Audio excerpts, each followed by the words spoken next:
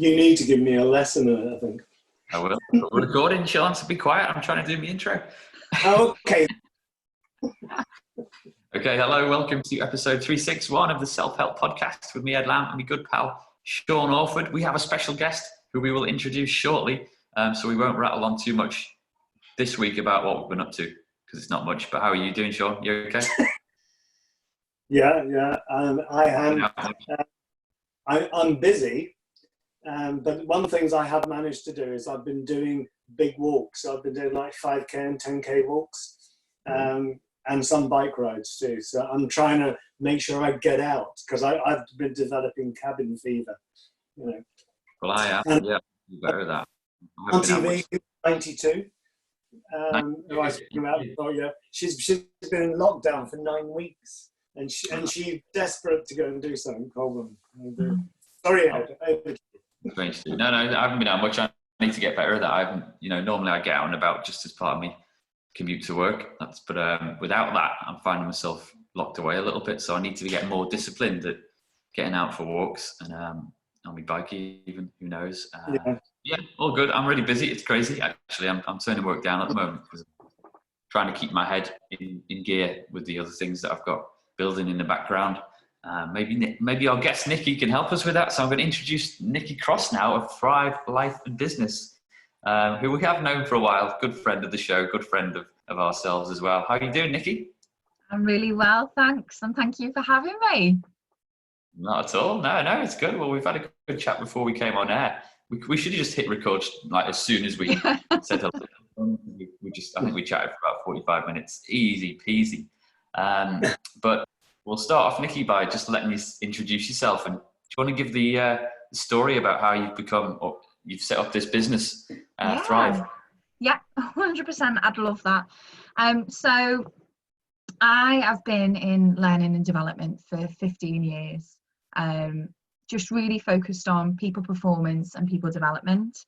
And I've had a lot of different roles, but more recently it's been a people performance director in a recruitment business, and my last role was managing a global learning and development online platform.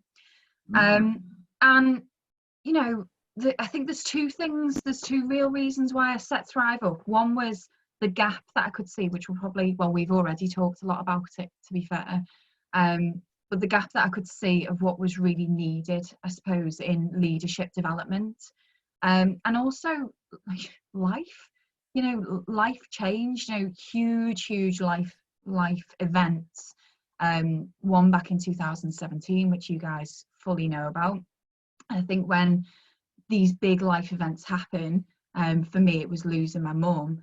It gives you a massive perspective on where you're heading, what you're doing, and how important the time that you've got is. So those things combined led me to this point, setting up a business in the middle of a global pandemic. Why not? Why not?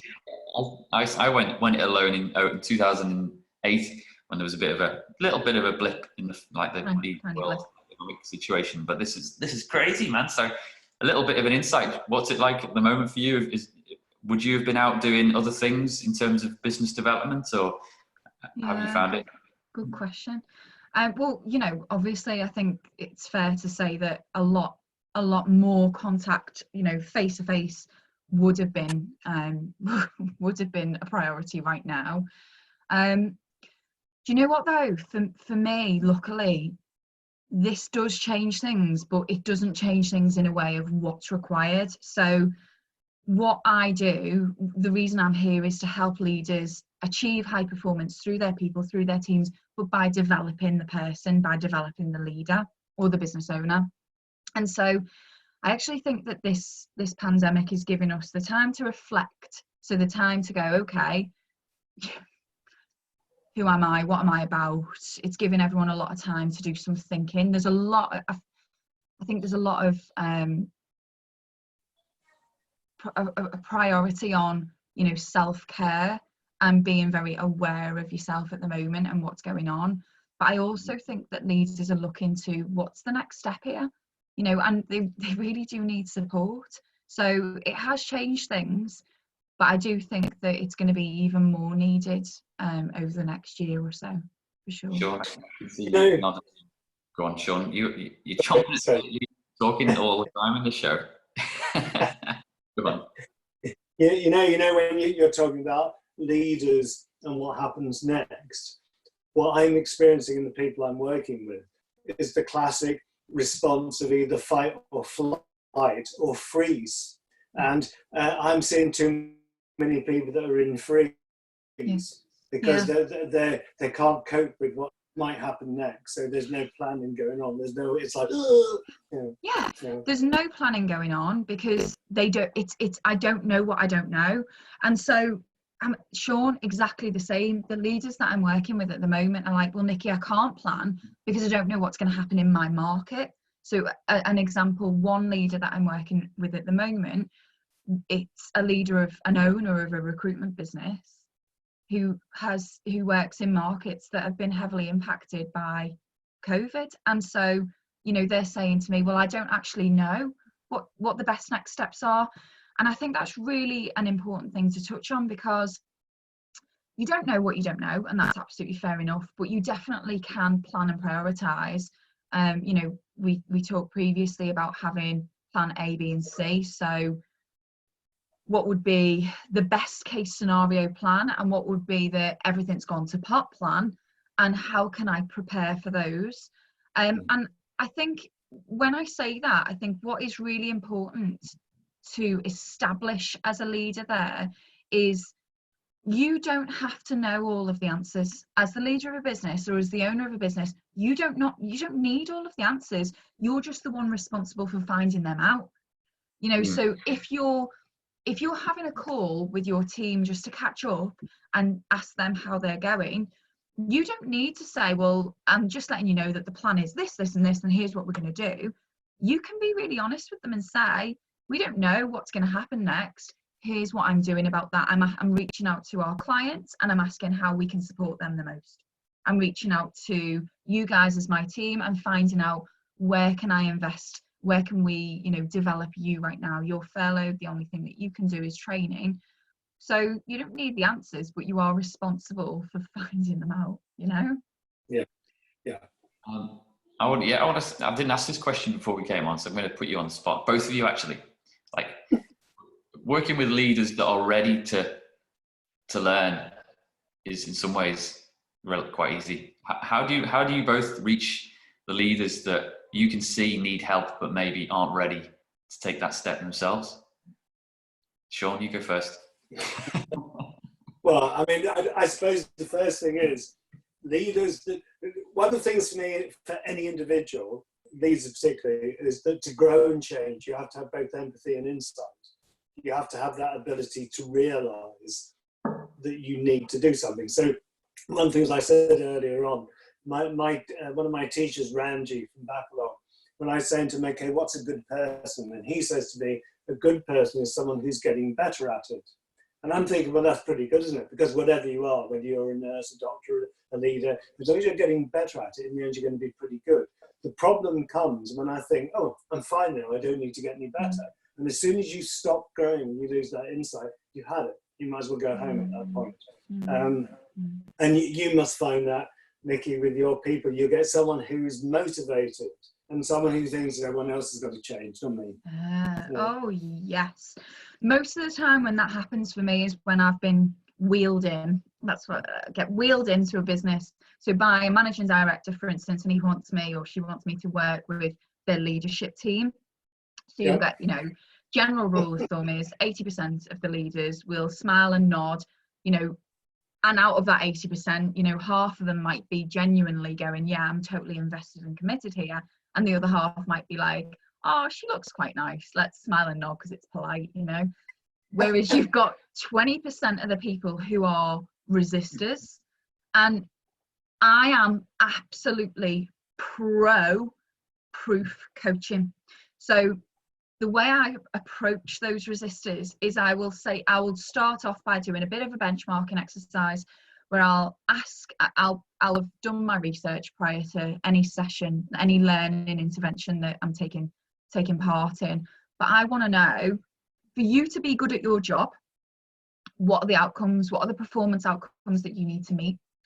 And what I'll normally get back from the business is, so let's take a recruitment business, because, you know, the industry that I've been in for the last 7 or 8 years is typically recruitment. So, okay, as a manager of a recruitment team, you have got to generate X amount of revenue through your team. You've got to, you know, reach these markets, make this many placements, etc., etc. Nowhere in that leader's metrics is team engagement, retention of staff. These are the metrics that I'll draw out from the owner of the business. Don't need to be specifics, but when we then talk about, okay, so why am I here? Why am I here with you 10 managers, and I've got, you know, 2 of you really resistant to what we're doing right now? We look at the proof. And if we start off with the proof and we benchmark there, and we get feedback from above and feedback maybe from their team, if the organisation is culturally adept to that, that's a great place to say to them, well, you might not think that you need this support. I'm here anyway. Let's get the most out of it for you. And actually the proof's telling us that you've never had training here. And so why would we expect you to be good at that thing?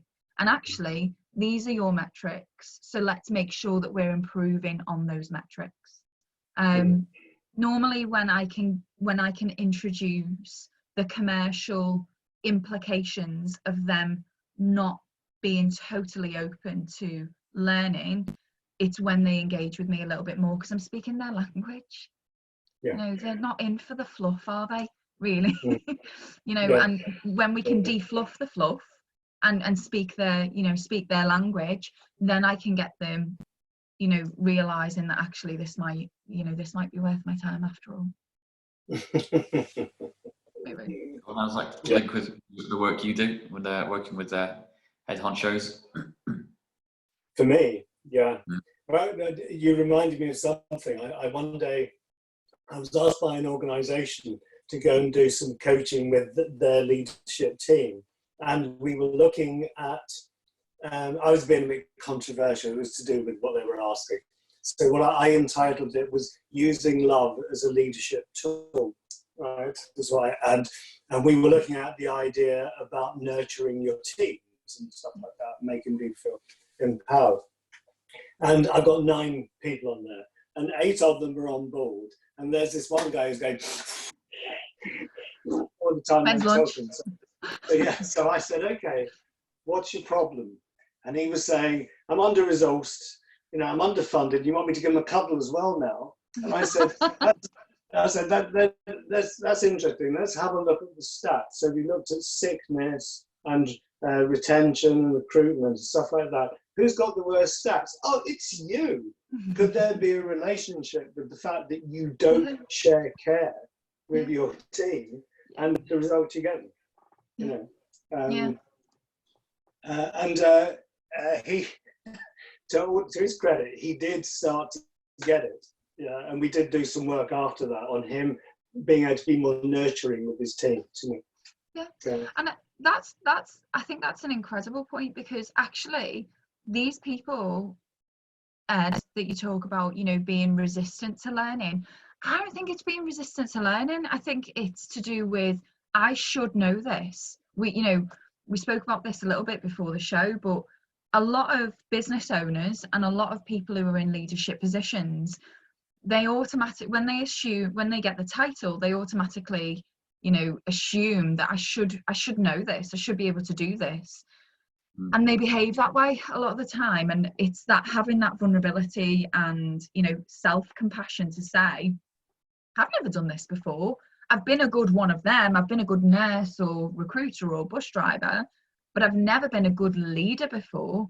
And, you know, a lot of environments, although, you know, businesses and, you know, corporations are changing the culture, which is positive, a lot of environments aren't as willing to allow them that vulnerability, which stifles change. Yeah, I find there is more flexibility in the private sector than the public sector. And that's mainly because when a manager doesn't function or a leader doesn't function well, It comes out in the bottom line and you can see it. If you're in a service industry like the NHS, you can't necessarily see the results so clearly. You know, I can from what I do, because I see the results of what leaders do. Yeah. But, So true. Is now a good time, Sean, from your perspective, to see who the real leaders are in an organisation like the health service? Have you got any insights, without mentioning any names, of course? Well, I think it's just the NHS. I think it's across the board. What we're doing now is we're seeing both leaders and organisations generally, and we can see the ones that are kind of stepping up. And because in a capitalist society, very often it's the companies and the corporations that have to provide the social support. You know, who's looking after staff? Are we just going to furlough everybody and give them to the government? Forget that, not. Yeah, who's looking after who? And I think lots of businesses are damaging themselves at the moment because they show themselves up to have poor leadership and to have insensitive skill levels. You know, I just across the board. You know. Yeah.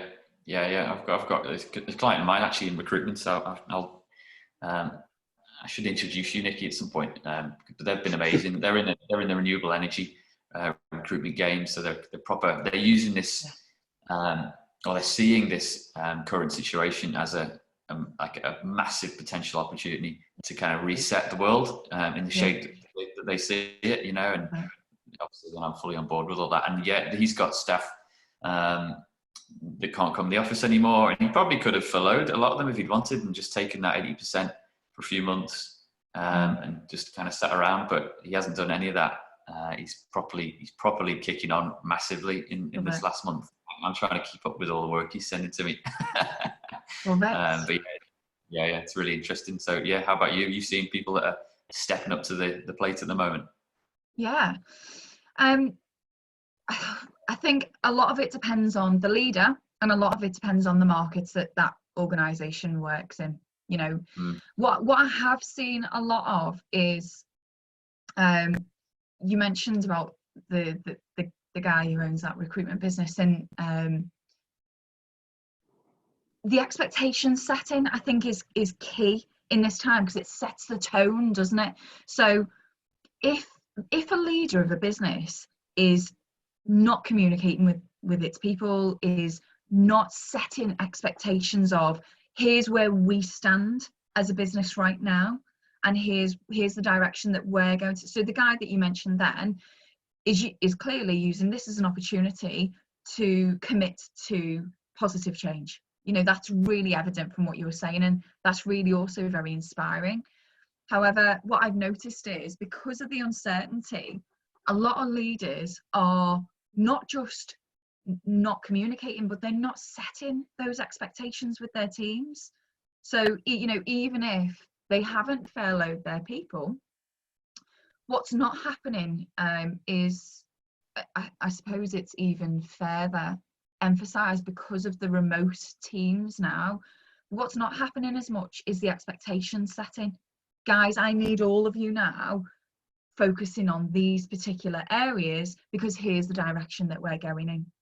You know, and that's the thing, that's the contrast, I think, between the businesses who are going to use this as an opportunity to bring everyone together and all push in the same direction, or the businesses who are like, well, I'm not sure, so I won't communicate with my people either.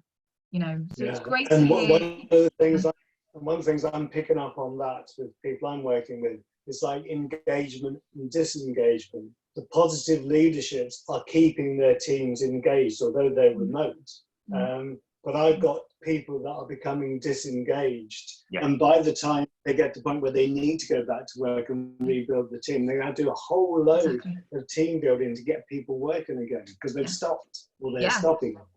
And that even in itself, so 100%, even for the leaders that I'm working with who've got their whole team furloughed and it's just them now. You know, I'm working with one leader who, they've got 8 people on their team, 8 people are furloughed, it is just them holding everything together. What they're prioritising though, every single fortnight, is a call with their people, to say, I'm checking in with you.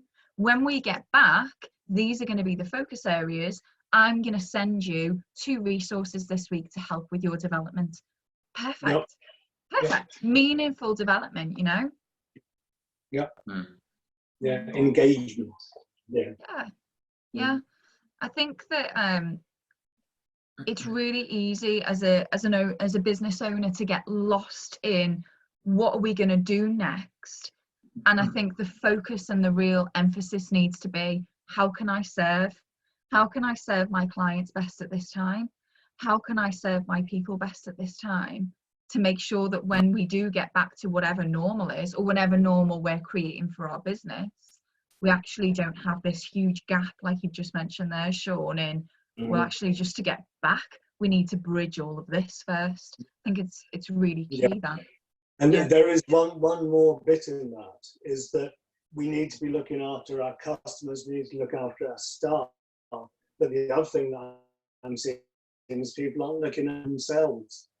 Yeah. And one of the easiest things, and it's come up in a lot of the stats, when you go on holiday, you have a drink, don't you? And when you're not going to work, well, you can have a drink, don't you? Yeah. And the amount of the alcohol consumption is going up in the UK is utterly enormous. You know, and I'm planning ahead, thinking I need to be developing some good detox programs, because when we come out, there's some people that are going to need to get their bodies back together. You know, all that stuff. No fitness, you know, poor nutrition, or how people just kind of sat watching the telly and eating crisps and drinking a tinny, you know, that kind of stuff. You know, there's going to be a lot of work to do at the other end of it. I'm fascinated by the long tail of all this stuff, and what's, you know, it's going to be hard going, but it's going to be some amazing, fascinating things to come out of the situation, aren't there? Nikki, what's your process for like new clients? So a new client emails you or calls you up, they've been referred to you by someone else. How do you get up to speed with them quickly, or what's your process? So we'll have a consultation call first and foremost, just to assess fit. So for me to understand, you know, what is it that they're mainly focused on, and what's their current situation. And then I've got a form for them to fill in. So it just tells me about their business. It tells me about their leadership journey, and what they need both personally to develop them, but also what they need to achieve high performance in their team, which typically will come back to them as well. So when we decide to work together, we'll decide on the capacity that we're going to do. So if it's one-to-one coaching, we'll decide, you know, what the goals are going to be. We'll benchmark and we'll assess that on our journey. There's also something that my current clients, so this is only really for clients who've worked with me previously, but there's something called a solution session, which is at the moment probably one of my most popular things that I'm doing. So let's say you're a customer, you've been on a 6-month coaching journey with me, you've come out of your coaching journey and you've got your action plan to take you forward. A lot of my customers at the moment will come back to me for a solution session, which is 90 minutes with specific, you know, I've got these challenges, these issues that I want to discuss. And a lot of the time, Ed, I know you only asked me about onboarding, but a lot of the time I am their business partner, as in the development partner for them. A lot of these business owners haven't got anyone to speak to about their business issues. A lot of these business owners, they haven't got that independent external partner who's got this background in people performance and development to speak to. And so sometimes that's all they need. And it depends how we're engaging as to, you know, what the onboarding looks like. But typically that's the process. Yeah, Sean, you're nodding away there. Do you kind of take a lot of responsibility for helping grow all these businesses, and do you take a share in them? I was thinking of the other end of this, and I was thinking that Nikki could be doing this. I can remember I've done it in several different settings, but particularly the Glaxo factory in Speke in Liverpool, which they asked me to help them close the unit. And the key to closure of that, they did a 3-year closure program. The key to closure was that we got every layer to be supervising, monitoring the layer underneath from the chief exec down, so that everybody had someone to talk to, right the way down to the cleaner. Yeah, and it works so well. That sense about who can I talk to, because people feel embarrassed about the fact that I don't know this, I can't do that. Yeah, and to have somebody that you know that you can just go and be completely open and honest with is such a powerful thing. Yeah. You know, I mean, the role that you play for people like that is amazing, really good. It's an honour. I really mean that. You know, what I find with my clients is we'll start off and it'll all be about like non-disclosure agreements and all this, and you know, only like a month, 2 months in, they spilt their life story to me, and that's really important because you know, it really is, because actually, you know, I'll have a leader come to me and say, my team won't perform, you know, they won't do what I'm asking them to do, I've got all of these symptoms of these problems. And actually, after the first session, it's all about them. It's all about them.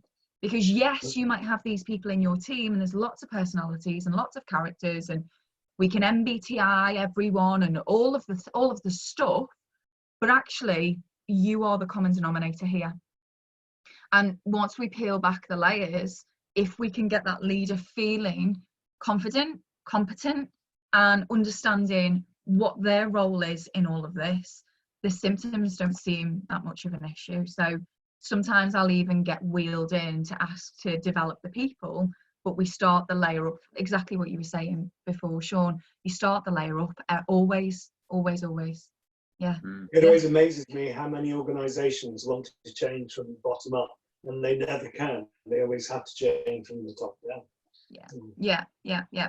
And typically, you know, there's one customer that I'm working with at the moment, working on their competency framework and making sure that they've got clarity on this is what good looks like in your role. And they're doing, you know, they're defining what good looks like. We are defining what good looks like. We are benchmarking where everyone's up to, and then we're creating a development journey for their people. But one of the things that I admire them massively for is that that's everyone. That's not the owners of the business saying, do it for all of those people, but don't do us. No, they want their people to know, here's what you can hold us accountable for too. And I think that is really credible, but also is going to make such an impact on their business, because it means that when we're all talking about performance, that their top tier down can say, well, actually, we're the ones who are meant to be setting the strategic direction here, and these are the things that we're doing about that. So it's a real honor to be a part of any journey, you know, like that. And to me, the excitement is like seeing a flower. It's like, because when the pennies drop and someone opens like that, you can see their leadership skills just going up and up. It's like, wow, that's amazing. And it's painful, right? So a lot of the time we'll get to, you know, even this morning I've had one of my clients text me, so we do voice notes usually, or I'll do voice notes and they text me because they don't like their own voice. And who would like this voice even? You know, I get so much stick from the down south customers, you know. It does. But why do you think culture this voice, which is this the BBC? Yeah, I'm gonna say, yeah. Well, even just this morning, you know, we were voice noting and they were saying to me, Nikki, you know, I genuinely feel like an imposter. I feel like I should know all of these things anyway. I feel like all of the business owners are more experienced. They know more stuff. They, you know, they've got these skills already, and I'm behind. And I'm like, no, that's an assumption that everyone is making. You're just really brave to admit it. You're just being really vulnerable, and this is going to be the moment of change for you, where you can actually see that, no, I am actually really open to this development and doing better than I think. That's the common thread. They're all doing better than they think they are. Yeah. Yeah. Oh man, it's exciting, this stuff, isn't it? I can tell, Nikki, you're excited about where you are now, where you've been. I'm not sure.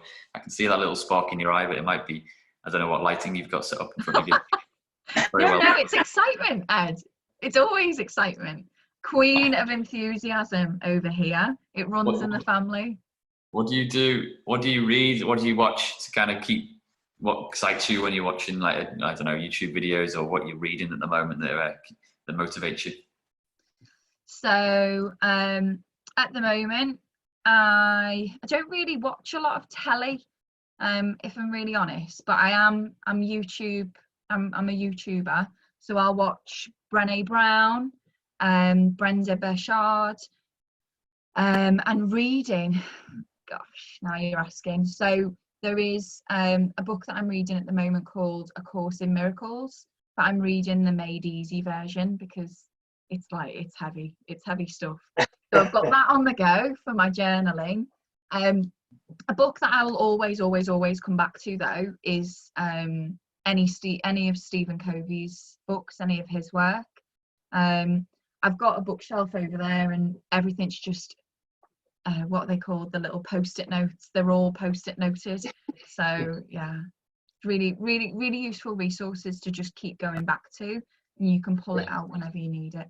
Are these things as well that you send on to clients? Do you see something and whiz it on and say, you got to watch this? Yeah, always. So every session, along with their accountability criteria, so the things that we discussed that they need to go away and either think about or journal about. So massive on journaling. So every single one of my clients will start off going, I haven't got the time for journaling. I'm not doing journaling. So they'll get sent a journal. It's the first thing that happens. And then anything that I think is important for them to, be doing or consuming. So podcasts that they can listen to because they're busy, right? We're all busy, so if they're cooking the tea, get yourself a pair of headphones and get them in. If if you're waking up, write your thoughts down just for 5 minutes, get them out of your head and onto paper so that you can look at them objectively rather than have it all circling around. But yeah, there's tons of resources, and I've got a little bit of a library now going on for anyone who joins. And I'm trying to categorize that because I'll be building a program soon where we'll sort of fit all of them in. Yeah, it's exciting stuff. So, sure. Ed, what are you reading at the moment? What am I reading? I'm reading a book called The Long Emergency. I think the byline is surviving the multiple catastrophes of the 21st century. Relevant. Yeah, loving it. It was in 2005. And page 11, it's got a paragraph about oncoming pandemics. And I'm like, oh my gosh, this is written, 15 years ago. Amazing. What's that? So yeah, that's getting me going at the moment. Textbook of psychology. Jeez, that's a really good book. That's brilliant. I was going to say, Sean, why aren't we looking at your bookcase anymore with this as a backdrop? Because I've started recording things. I keep reading feedback about people, because I've got this massive bookcase with about 500 books on it. And what happens is people get distracted from what you're trying to do because they're trying to work out what's on your bookcase. And it distracts them. So I've turned the world around so that I'm against the blank wall with the bookcase as theirs. And you can just pick up the Living the Present book there. I should have mentioned that. The cover's changed on that, right? Yeah, Edward on one of the reprints had a fit and decided to change the colour to gorgeous orange. It's gone, because it was greeny at first. Yeah, I've got my original copy down there. Next signed, I think. You need to upload the colour. You get the colour set. We'll wind things up in a sec, but you've upped your social media game, haven't you, Nikki? Your Instagram and mainly, or what can you find you? Where's the best place for people to find you? So yeah, Instagram is probably the best. I should explain that really.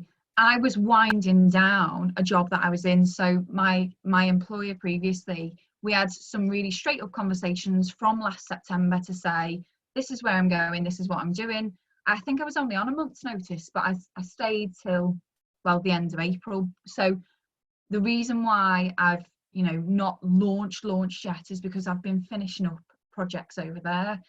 But what we did agree was that, Instagram and social media and stuff like that, I could just crack on whilst I was working there, it's great. And it's great to, it's great to have worked with someone who's so open to supporting, a future business owner.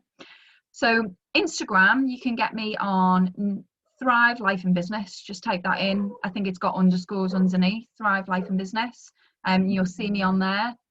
The website will be coming soon. So over the next week or so, I'll be getting that live. And so you'll be able to get me. But it's Nikki, Nikki, at TLB, Thrive Life and Business.org.uk if you wanted to contact me. Cool. Yeah, we'll put all that stuff in the show notes and the links. Yeah, excited to see how it grows and how you thrive. Exciting, isn't it? Oh, love that, Ed. Love your language. There you go. Right. 361 episodes, man. I've got pretty good at this. You should have your own podcast, actually, thinking about it. Is that on the list potentially, or YouTube? Until YouTube today, I was a complete podcast virgin. I'd never even thought about a podcast. So maybe, who knows? I'm really grateful for you guys having me on here, to be honest. So thank you.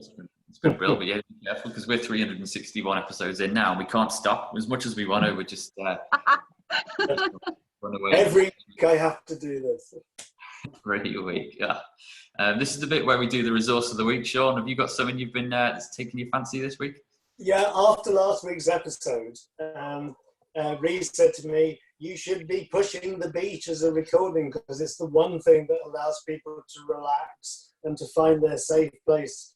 So I'm going to say, okay, the beach, which you can get off the website, and it's a recording where when you are losing the plot, especially in lockdown, you can go to somewhere peaceful inside yourself and find some safety.